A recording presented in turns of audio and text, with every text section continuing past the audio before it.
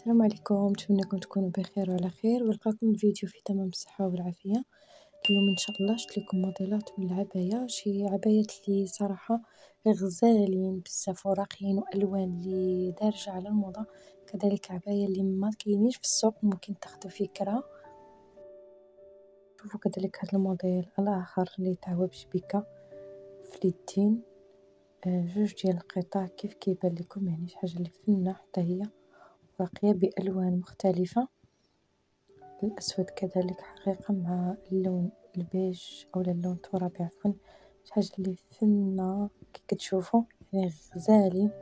كذلك البلو سيال مع الترابي هكا بالعقيق في اليدين، شبيكة فيها العقيق، يعني شي حاجة اللي صراحة هموية الصراحة كتحيري في اختيار الألوان، إن كل لون أحسن من الآخر.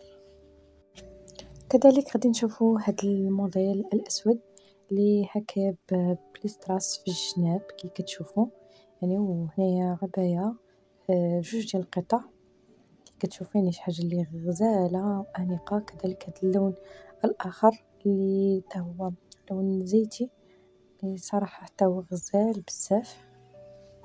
نشوفو كذلك هاد الموديل اللون الأخضر مع البيج هكا بحجيرات. كذلك هاد الموديل يعني اللي بزاف كيتلبس في وقت الخدمة أو وقت شي خرجة ولا مهم، كذلك في المناسبات العائلية يعني حاجة سامبل.